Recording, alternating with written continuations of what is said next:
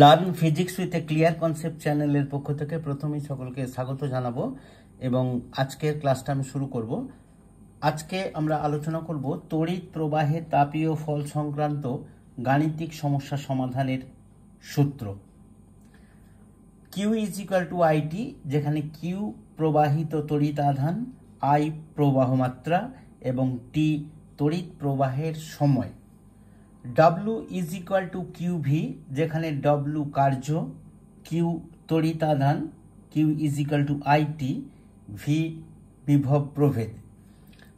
W is equal to J H, যেখানে W কৃত কার্য, জে তাপের যান্ত্রিক তুল্যাঙ্ক, এইচ তাপ।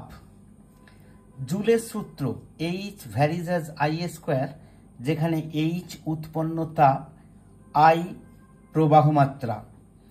এইচ ভ্যারিজ অ্যাজ আর, যেখানে এইচ উৎপন্ন তাপ, আর রোধ।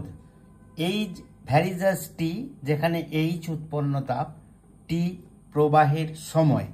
এই তিনটিকে একত্রিত করলে পাওয়া যায় H varies as I square R T, বা H is equal to I square R T by J calorie is equal to I square R T joule. তাহলে পেলাম H is equal to I square RT by J calorie, বা H is equal to I square RT joule, যেখানে H উৎপন্ন তাপ, I প্রবাহ মাত্রা, আর রোধ T প্রবাহের সময়, যে তাপের যান্ত্রিক তুল্যাঙ্ক।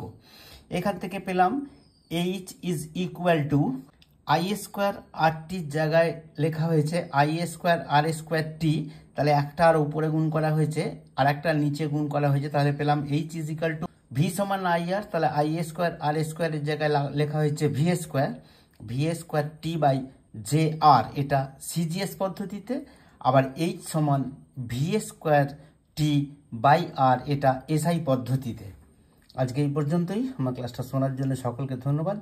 ক্লাসটা ভালো লাগলে একটি লাইক দেবে, বন্ধুদের সঙ্গে শেয়ার করবে এবং চ্যানেলটিকে সাবস্ক্রাইব করবে। অবশেষে আর একবার সকলকে ধন্যবাদ জানিয়ে আজকে ক্লাসটা আমি শেষ করছি। নমস্কার।